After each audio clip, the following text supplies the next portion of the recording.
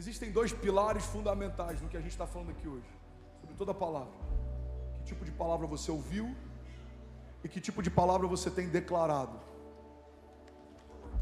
Que tipo de palavra os céus disseram para você, que tipo de promessa você carrega. Mas tão importante quanto isso é, que tipo de palavra sai da sua boca, que tipo de palavra você tem comunicado. Irmão, guarda isso. Se a gente não consegue mudar as palavras que saem da nossa boca, como a gente acredita que a gente vai conseguir mudar a nossa história? O primeiro passo básico para uma jornada de fé saudável é a gente declarar não o que a gente está vendo, porque o que a gente está vendo é óbvio. A gente precisa começar a declarar o que a gente quer ver. Isso é fé. A fé não é dizer as coisas vão mal. A fé é dizer em nome de Jesus vai ficar tudo bem. A fé não é dizer eu não tenho nada. A fé é dizer eu creio que o Senhor vai enviar provisão ainda hoje. A fé não é dizer os gigantes são grandes. A fé é dizer o meu Deus é maior do que todos eles. A fé, irmão, é comunicar aquilo que você quer viver, não aquilo que você está vivendo. Quer um respaldo bíblico para isso? A vida de Jesus. Jesus falou com o vento, Jesus falou com o mar, Jesus falou com plantas, Jesus falou com mortos. Para o mar ele disse acalma-te, para o vento ele disse aquieta-te, para as plantas ele disse que nunca mais haja fruto de ti, para o morto ele disse Lázaro vem para fora. E sabe o que a história nos ensina? O mar ouviu Jesus, os ventos ouviram Jesus, as plantas ouviram Jesus. Alguém comigo aqui? Os mortos ouviram Jesus. Eu quero lembrar alguém aqui nessa noite, irmão, você precisa ouvir Jesus. Toda palavra que sai da boca de Deus gera uma nova realidade. Deus não perde tempo comunicando ideias. Deus abre a sua boca e algo sobrenatural acontece. Alguém aqui comigo nessa noite? Se o poder das palavras está diretamente ligado ao que eu ouço e ao que eu falo, a gente precisa aprender mais sobre um princípio que conecta ambos. Se chama oração.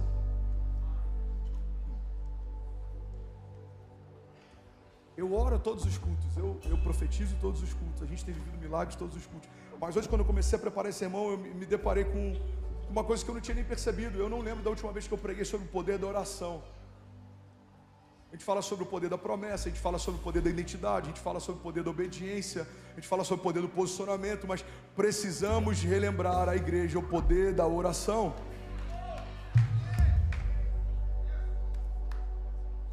Uma vez um jovem perguntou a um sábio: mestre, o que é mais importante na oração? O que eu ouço ou o que eu falo? E o mestre respondeu com uma pergunta: o que é mais importante para um pássaro, a asa direita ou à esquerda? Se queremos romper em fé, precisamos ouvir os céus e precisamos dizer para a terra o que a gente ouviu. Precisamos ouvir de Deus a agenda dele, precisamos comunicar para a terra qual é a nossa agenda. Uma igreja que não ouve os céus não tem autoridade na terra. Homens que não ouvem os céus não têm autoridade em casa. Irmão, guarda isso. Precisamos ouvir palavras que o Senhor tem a nosso respeito e precisamos declarar elas. Quando eu subo aqui, eu declaro uma onda de avivamento que vai varrer a nação. Não é uma ideia da minha cabeça, mas é algo que eu vi de Deus no secreto. Então eu venho aqui comunicar o que eu ouvi sozinho. Essa dinâmica acontece, por exemplo, no Monte da Transfiguração. A Bíblia diz que os discípulos sobem com Jesus, foram escolhidos a dedo, e quando chegam lá, eles veem algo que nunca tinham visto, algo glorioso acontece. Alguém está comigo? Diga amém. E aí Pedro, a Bíblia diz que, tomando a palavra, Pedro ele era muito impulsivo, ele conseguia interromper Jesus na fala. Pedro, tomando a palavra, fala: mestre, deixa eu preparar tendas para que a gente fique aqui. A igreja olha para mim. Jesus fala: não Pedro, você não entendeu. A gente tem que se isolar da multidão para ouvir algo dos céus. Mas depois que a gente ouve, a gente tem que voltar para a multidão para dizer o que ouviu. Era assim com Moisés, era assim com Abraão, era assim com Pedro, era assim com Jesus. Irmão, precisa ser assim com você. Tudo que Jesus vai fazer na sua vida em público vai ser gerada e declarada sobre você em secreto. Por isso que a Bíblia diz: fecha a porta do teu quarto e busca a Deus em secreto, Ele o recompensará. Por que tem tanta gente confusa mesmo estando na igreja? Por que tem tanta gente inconstante mesmo estando na igreja? Por que tem tanta gente com uma fé superficial mesmo estando na igreja? Porque até a oração a gente tem terceirizado. Eu amo a oração do pastor André. Eu preciso de algo, eu peço para que a intercessão ore por mim. Eu preciso de cura, eu peço para que um profeta ore pelos meus filhos. Irmão, olha para mim. A oração não é uma dinâmica de liberação de poder dada para alguns. A oração é uma dinâmica de relacionamento confiada a Deus para todos. A Bíblia diz que foi confiada à igreja as chaves do reino dos céus. Aquilo que ligarmos na terra terá sido ligado nos céus. E aquilo que desligarmos na terra terá sido desligado nos céus. Alguém comigo aqui nessa noite, pelo amor de Deus. Isso é o que significa intercessão. Já falei 1000 vezes sobre isso, mas vai ser novo para alguém. O que é intercessão, pastor? Intercessão significa entre sessões. Aqueles que caminham entre os céus e a terra. Aqueles que conectam as realidades dos céus sobre a terra. Aqueles que ouvem algo dos céus e falam o que ouviram para a terra.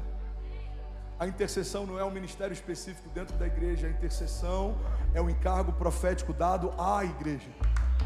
Você precisa interceder pelos seus filhos, pela sua casa, pelos seus negócios, pelo seu chamado, pelo seu pastor, pelas autoridades instituídas por Deus. Paulo, em um dos momentos, em uma das epístolas, ele pede para a igreja, para que a igreja ore por ele. Ele diz: orem para mim, para que quando eu falar a respeito do evangelho me seja concedida a autoridade. Irmão, precisamos usar mais a chave que Deus nos confiou. Existe poder na oração dos justos, existe poder na concordância da igreja, existe poder em toda palavra profética liberada pelo povo de Deus, existe poder em tudo que ligamos no nome dele e em tudo que desligamos também. Existe poder em toda palavra que sai da boca de Deus. E guarda isso, irmão, a palavra de Deus é tão poderosa na boca dele quanto é na minha. Parece contra-intuitivo isso. Eu sei que a primeira vez que eu vi isso explodiu a minha mente, mas é a mais pura verdade. A palavra de Deus é tão poderosa na boca dele quanto é na minha. Igreja, a gente precisa abrir a nossa boca e profetizar mais. Mas antes disso, a gente precisa fechar a nossa boca e ouvir mais. A gente não vai profetizar o que a gente acha, a gente vai profetizar o que a gente ouviu. A gente não vai declarar o que a gente pensa, a gente vai declarar o que Deus nos mostrou. É por isso que uma igreja que tem um secreto saudável tem autoridade na terra. Eu separei algumas frases que me impactaram. Uma delas é do Samuel Chadwick. Pensa num nome legal para você dar para o seu próximo filho. Ele diz assim: a maior preocupação do diabo é afastar os cristãos da oração.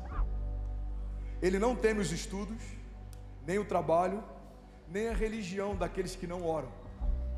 Ele ri da nossa labuta, ele zomba da nossa sabedoria, mas ele treme quando nós oramos. Vou para Jesus, você pode fazer melhor que isso.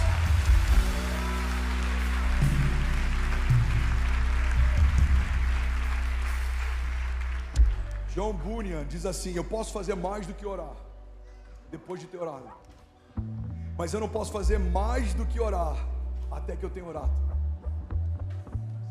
A oração é o pré-requisito básico antes de qualquer ação. O problema é que muitas vezes a gente coloca na nossa categoria de prioridade a oração como se fosse o último recurso. Quantas vezes a gente não disse assim para alguém: irmão, agora só me resta orar? Você já disse isso? Pastor, já tentei de tudo, cara, agora na boa, só oração. Oi?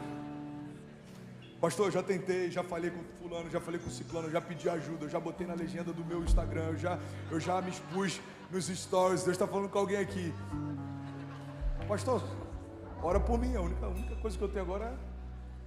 A oração não deve ser o nosso último recurso. Tudo que acontece na igreja acontece porque a igreja tem a autoridade nos céus e na terra. Você vai ver o maior romper dessa história. Por quê, irmão? Porque você vai ouvir os céus mais do que você ouviu até hoje. Você vai profetizar com mais autoridade do que você profetizou até hoje. Alguém comigo aqui, diga amém. Charles Spurgeon, ele dizia: eu preferiria ensinar um homem a orar do que 10 homens a pregar. Você tem noção que uma igreja que ora, ela tem mais autoridade do que um bom sermão?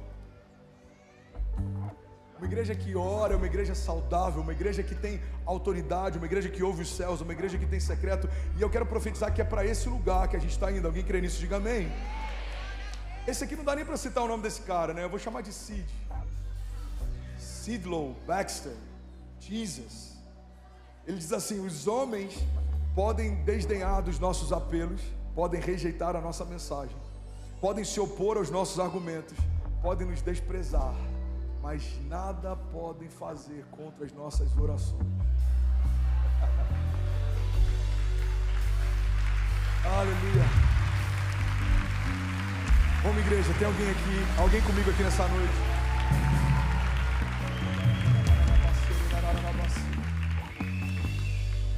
A gente precisa desligar o modo automático. Olha para mim, a gente precisa desligar o modo automático.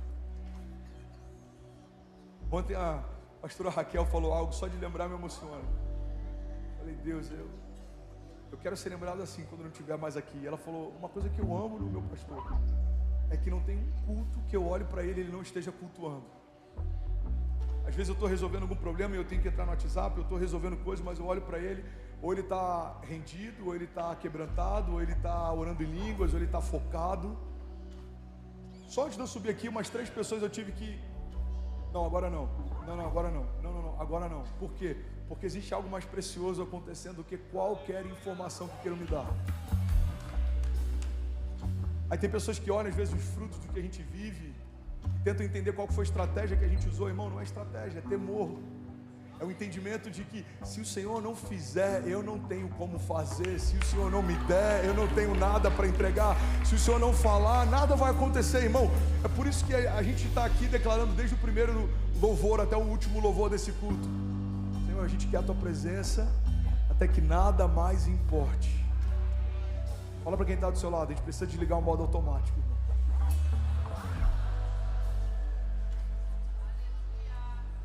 John Bunyan diz que na oração é melhor ter um coração sem palavras do que ter palavras sem um coração.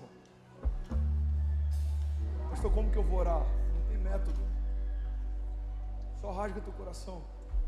Você vai fechar os teus olhos e você vai ouvir o que Deus tem para te falar. Se você estiver angustiado, você vai derramar aos pés dele tudo que você quer falar. E ele vai começar a comunicar realidades ao teu espírito. A Bíblia fala, por exemplo, sobre a oração em línguas. Paulo diz que a oração em línguas é infrutífera para a nossa mente, mas ela é poderosa no espírito. O Espírito de Deus testifica ao nosso espírito a respeito das coisas de Deus. Tem orações que são como gemidos inexprimíveis. A gente não entende o que está falando, mas o nosso espírito sabe o que ele está comunicando. Bom, a gente precisa ser menos sensorial, a gente precisa ter mais autoridade através de tempo no secreto. Alguém está comigo? Diga amém. E aí, tudo bem? Você acabou agora de assistir um vídeo. Se você ainda não está inscrito, já se inscreve também no nosso canal, ativa esse sininho aqui embaixo de notificação e toda vez que eu fizer uma live ou estiver transmitindo uma mensagem ao vivo, você vai ser um dos primeiros a saber. Mas eu deixei mais 2 indicações aqui que eu espero que façam muito sentido para você. Então já aproveita e clica para assistir a próxima mensagem, beleza? Seja bem-vindo ao time de incendiários e eu espero de verdade que essas mensagens mudem a sua vida como elas têm mudado a minha também. Até a próxima. Valeu!